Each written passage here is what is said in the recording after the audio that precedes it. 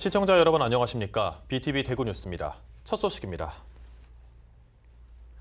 1950년 6.25 전쟁이 발발하고 포성은 멈추지 않았습니다. 모든 것을 앗아간 전쟁이지만 아이들의 배움까지는 꺾지 못했는데요. 생사의 갈림길 속에서도 대구에 세워진 피난학교, 서울 피난 대구 연합중학교의 이야기를 전해드립니다. 김민재 기자입니다. 1950년 6.25 전쟁이 발발하자 전국의 피난민들은 대구로 몰려들었습니다. 모든 것이 부족했던 시절 당장 어린 학생들은 배움의 끈을 놓을 수밖에 없는 처지에 내몰렸습니다. 이때 대구 지역 14개 국민학교에 피난학급이 만들어졌고 중등학교는 연합중학교의 형태로 학교가 새로 신설됐습니다. 1951년 세워진 서울 피난 대구 연합중학교입니다. 그러니까 대구에 피난 중이던 서울시 교육 관계자들이 부산에서 피난학교가 생긴다고 하니까 서울에서 피난 온 아이들은 어떡하나 해서 우리 경상북도 교육청에 있는 장학관 두 분하고 상의를 해서 서울 피난 대구 연합중학교라는 학교를 개교했습니다. 그러니까 전쟁 중에 이런 학교가 개교가 된 것은 세계 전쟁사에서도 유일하다고 볼 수 있습니다. 빛바랜 사진 속 교복을 입은 까까머리 아이들. 서울 피난 대구 연합중학교 1학년 3반 학생들로 이 사진이 발견되면서 대구 피난학교의 존재가 널리 알려지게 됐습니다. 학교 시설은 열악했습니다. 천막 하나 걸 수만 있다면 그곳이 바로 교실이었고 여름에는 폭염을, 겨울은 혹한의 추위를 견뎌야만 했습니다. 진짜로 지은 교실들입니다. 그러니까 겨울에는 춥고 여름엔 덥고 날로 핀 생각이 안 나는데 없었습니다. 그런 것이 없었고 점심도 먹은 기억이 안 나요. 그러니까 아마 아침에 갔다가 한 2시 끝났는지 그렇게 공부를 했습니다. 그때 생각하면 참 너무 감회가 깊습니다. 대구 피난학교는 1951년 9월에 세워져 1954년 3월 말 문을 닫았습니다. 콜라캔으로 만든 필통, 궁핍함 속에서도 공부를 계속하려던 학생들. 총성이 오가는 참혹한 상황 속에서도 배움을 포기할 수 없었던 2,830명이 이 학교에서 미래를 꿈꿨습니다.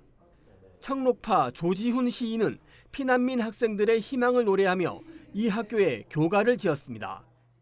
배움의 끈을 놓지 않도록 하기 위해서 이제 교육부라든지 여러 가지 교육 당국에 있는 분들이 많이 애를 쓴 그런 흔적들이 이 학교에 고스란히 남아 있다고 볼 수가 있거든요. 그래서 결국에는 전쟁이라는 이 힘든 시기를 이겨내는 것이 무력이라든지 폭력이라든지 이런 것들이 아니라 교육의 힘이 아니었을까라는 것을 좀 상징적으로 알려주는 그런 학교라고. 대구 중구 남산동 경북여고 주변. 지금은 재개발이 한창인 이곳이 옛 서울 피난 대구 연합중학교가 있던 장소로 추정됩니다. 급격한 도시 개발과 세월의 흐름 속에 당시 전쟁의 기억도 학교의 흔적도 완전히 사라졌습니다.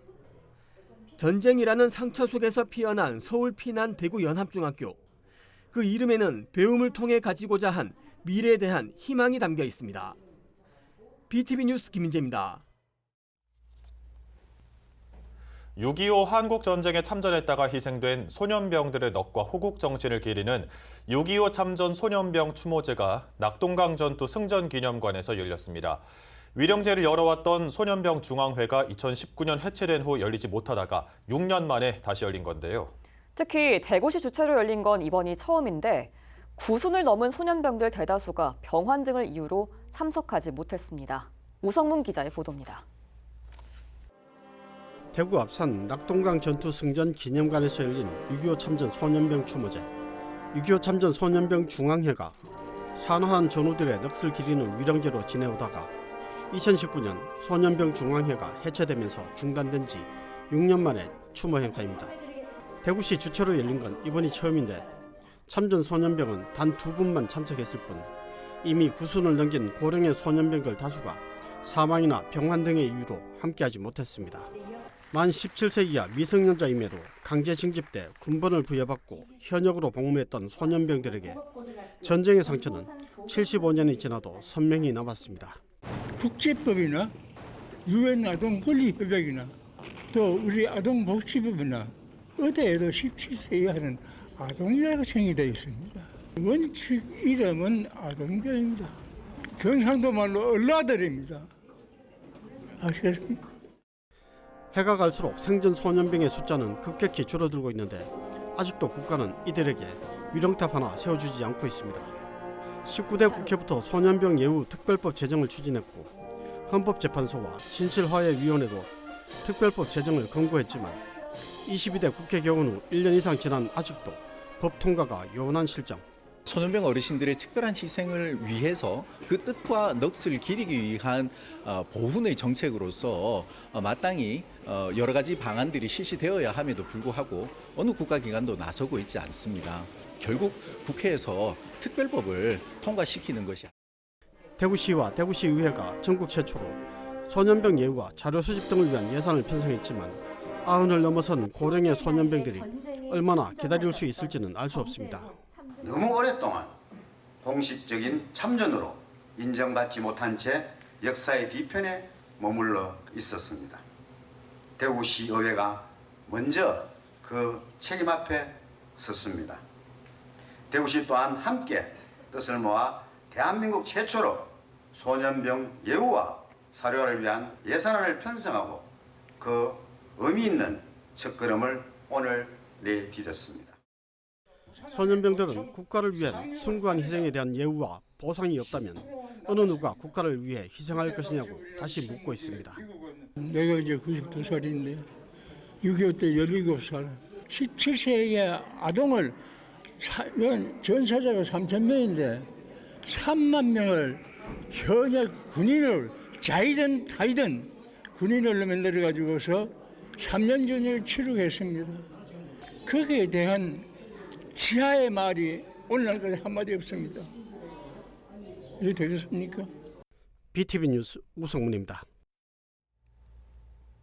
본격적인 장마철을 앞두고 반지하에 사는 주민들은 걱정이 많습니다. 침수 피해를 막아줄 물막이판이 있는 집도 있고 없는 집도 있는데요. 물이 또 역류하지는 않을까 불안하기만 합니다. 서주헌 기자입니다. 지난 2022년 8월 일가족 3명이 숨졌던 반지하 주택. 순식간에 창으로 물이 들이닥쳐 참극이 발생했습니다.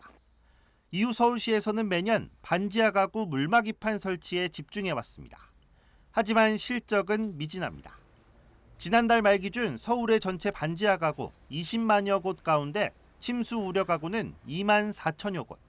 이 중 물막이판을 설치한 곳은 67%에 그쳤습니다. 집주인하고 세입자가 동시에 다 신청을 했을 때만 설치가 가능하거든요. 법이 정한 사항이라 저희가 어떻게 할 수가 없어요. 그래서 최대한 이제 저희도 법 개정 건의도 계속 국토부에다 법 개정 건의하고 있는 상황이고. 실제 물막이판이 설치되지 않은 반지하 가구를 직접 찾아가 봤습니다. 이 주택은 창문 밖으로 턱이 나 있지만 마냥 안심할 수는 없습니다.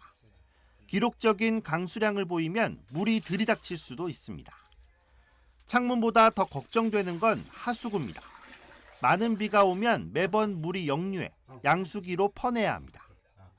그냥 풍풍 올라와요. 수돗물 나오듯이. 물이 역류한다는 말씀이시죠? 역류되면 물 차는 거죠. 뭐 별수 없죠. 막을 수가 없죠. 물. 그러니까 이제 비 많이 안 오기만 기다리는 거죠. 이사를 가고 싶어도 사실상 불가능한 일. 월세 20만 원짜리 방 찾기가 어렵습니다. 좋은 건 하나도 없잖아요. 다 불편하니까 모든 게. 그래도 좁은 데서 공간이 있다 보니까 다 불편하니까 나가고 싶은 생각 있지만 그 나가야 되면 또 돈이 필요하잖아요. 다가오는 장마에 하루하루 아무 일이 없기만을 기다리는 반지하 가구들. 혹시 모를 참사를 막기 위해서는 예상되는 피해를 미리 예방해야 합니다. 좀 더 촘촘한 사회적 안전망이 요구되는 때입니다. BTV 뉴스 서주원입니다. 본격적인 여름이 시작되면서 사용하지 않던 냉방기기 꺼내시는 분들 많으실 텐데요.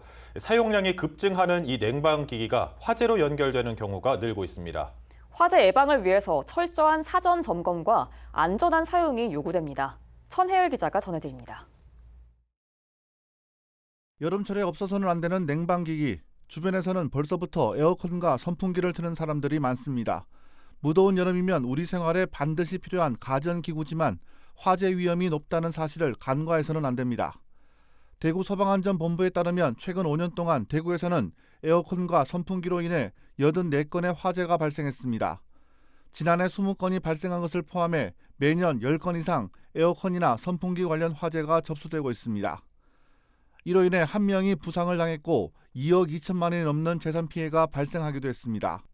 발화 요인으로는 전기적 요인이 71.4%로 가장 많았고 기계적 요인, 원인 미상, 부주의가 뒤를 이었습니다. 전문가들은 냉방기기를 사용할 때 멀티탭을 과도하게 사용하지 않고 에어컨 실외기 주변에 먼지처럼 가연물을 제거해야 한다고 조언했습니다. 오랫동안 사용하지 않은 제품의 경우 사용 전에 정밀 점검을 받은 뒤 사용해야 하고 사용 중 타는 냄새나 이상음이 발생할 경우 즉시 전원을 차단해야 합니다. 오래된 선풍기나 에어컨은 안전을 위해 교체도 검토해야 합니다. 대구소방안전본부는 에어컨과 선풍기처럼 일상적으로 사용하는 가전도 사소한 부주의나 관리 소홀로 큰 화재로 이어질 수 있다며 사용 전 점검과 안전수칙을 준수해 안전하게 사용하길 바란다고 밝혔습니다. BTV 뉴스 천혜열입니다. 잊을만 하면 반복되는 공동주택이나 숙박업소의 화재 소식. 접할 때마다 아찔한데요.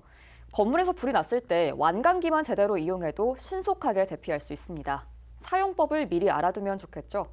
어떻게 사용하는 건지, 또 다른 대피 방법은 어떤 게 있는지 함께 보시죠. 건물 안에서 불이 났을 때는 어떻게 해야 할까요? 10층 이하 건물에서 창문이나 베란다로 탈출할 때 사용하는 이 완강기. 본 적은 있어도 실제로 어떻게 사용하는지는 모르는 분들이 많을 겁니다. 오늘 이 완강기를 이용해서 직접 탈출해 보겠습니다. 건물에서 불이 났을 경우 입과 코를 젖은 천으로 막고 계단을 통해 대피하는 게 기본입니다. 하지만 불이나 유독가스가 가득 차 계단으로 탈출하기 어려운 상황에서는 최후의 수단으로 완강기를 찾아야 하는데요. 소방법상 완강기는 3층부터 10층까지의 건물에 층마다 의무적으로 설치하게 되어 있고 숙박시설은 객실마다 갖춰져 있습니다. 거주하는 건물이나 여행지 숙소에서 이 완강기의 위치를 미리 파악해 두는 게 중요합니다. 완강기는 이 지지대와 박스로 구성이 되어 있습니다. 박스 안에는 완강기 기계와 이 기계를 지지대에 걸 수 있는 고리대, 그리고 몸을 고정해주는 보호대와 와이어가 들어 있습니다. 먼저 벽에 붙어 있는 지지대가 흔들리진 않는지 꼼꼼하게 확인하고 지지대를 펼쳐서 고정합니다. 완강기 기계, 이 속도 조절기를 고리에 걸어 단단하게 결합하고 지지대를 밖으로 밀어줍니다. 밖에 사람이 없는지 확인한 뒤 줄을 밖으로 던졌다면 이제 벨트를 착용하고 내려가는 일만 남았습니다. 완강기는 이 고정리 앞에 오게끔 해서 이렇게 착용을 해야 합니다. 또 약간의 압박감이 느껴질 정도로 이렇게 겨드랑이 밑을 조여서 고정을 해야 하는데요. 이후에는 밑에 사람이 없는지 확인하고 무릎을 꿇어서 내려가기 전 하강 준비를 해야 합니다. 내려가 보겠습니다. 내려가겠습니다.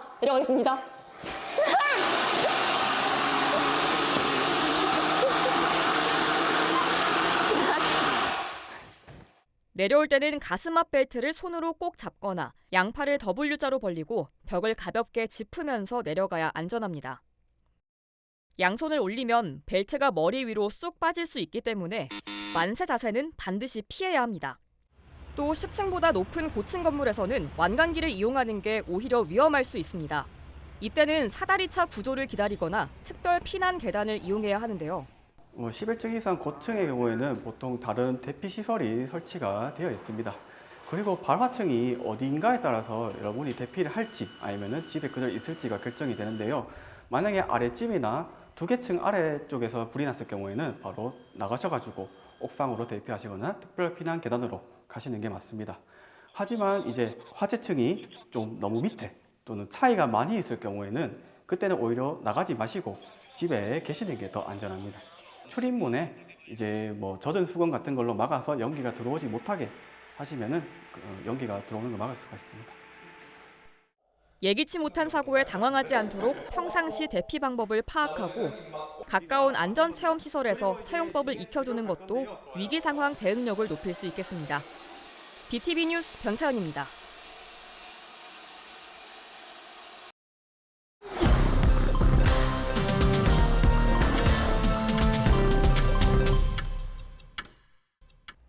대구 지역 아파트 매매 가격이 82주째 하락세를 이어가고 있습니다. 한국부동산원이 발표한 주간 아파트 가격 동향 자료를 보면 대구 지역 아파트 매매가는 일주일 전에 비해 0.05% 떨어졌습니다. 각 구군별로 보면 서구가 중리동, 내당동 위주로 0.11% 떨어지면서 가장 큰 하락폭을 보였고, 이어 남구 마이너스 0.1%, 달서구 마이너스 0.07% 순이었습니다. 전세 가격 역시 일주일 전에 비해 0.03% 하락해 87주 연속 하락세를 보이고 있습니다. 달성군이 주차장 개방 공유 사업을 추진하고 있는 가운데 올해만 9곳이 참여해 389면의 주차 공간이 확보됐습니다. 현풍읍 테크노플라자2가 오는 11월 30일까지 매일 오전 9시부터 밤 10시까지 141면의 주차 공간을 개방한 데 이어 인근 테크노플라자1도 내년 10월 30일까지 매일 24시간 97면을 개방했습니다. 다사읍에 있는 성서 행복한교회는 오는 9월 17일까지 29면을, 화원읍 삼성교회는 내년 10월 24일까지 23면의 주차장을 시민들이 이용할 수 있도록 했습니다.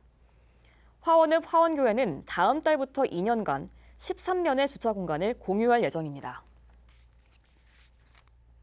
디지스트가 영국 대학 평가기관 QS가 발표한 2026 QS 세계 대학 평가에서 교수 1인당 논문 피인용 수 부문 세계 4위, 국내 1위에 올랐습니다.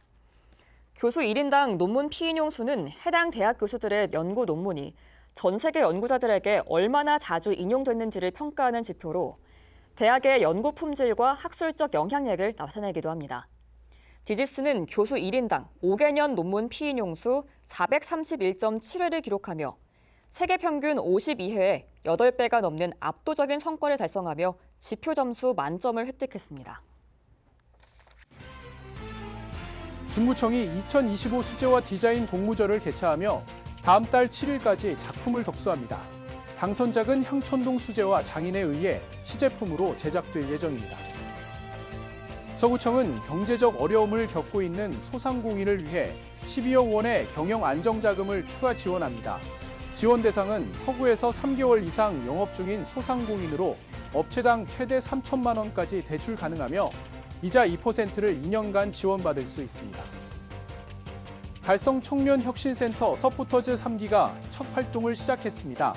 16명의 청년으로 구성된 이번 서포터즈는 SNS 콘텐츠 제작 교육을 통해 청년 정책과 행사를 널리 알리는 역할을 맡습니다. 대구 달서구가 여름방학 동안 29세 이하 대학생을 위한 행정인턴을 모집합니다. 총 41명을 선발해 27개 공공기관에 배치하며 행정 업무 체험을 통해 실무 경험을 제공할 예정입니다. 이상 간추린 소식입니다. 누가 데프리카 아니랄까봐 벌써 날씨가 많이 더워지고 있습니다. 더 푹푹 찌기 전에 얼른 문화생활 하러 돌아다녀야겠죠? 오늘은 남녀노소 또 나이를 불문하고 온 가족이 다 함께 즐길 수 있는 대구의 문화행사 소식 가져왔습니다. 함께 보시죠.